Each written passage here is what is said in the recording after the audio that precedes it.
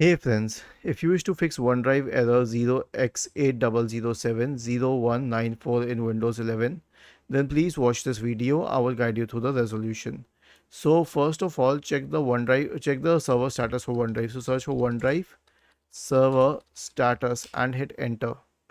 Okay, so we have a list of options here. I prefer down detector because it gives real-time figures about it. If you check it on the Microsoft Health website, it usually says all products are functional, but that may or may not be the case.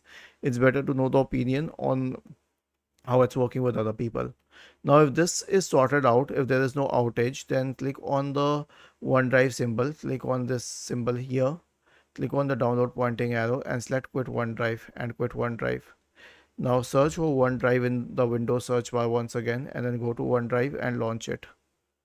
Was this helpful? If yes, then please subscribe to the channel. If not, then let us know in the comment section of the video on how we could help you further. Thank you for watching this video and have a nice day.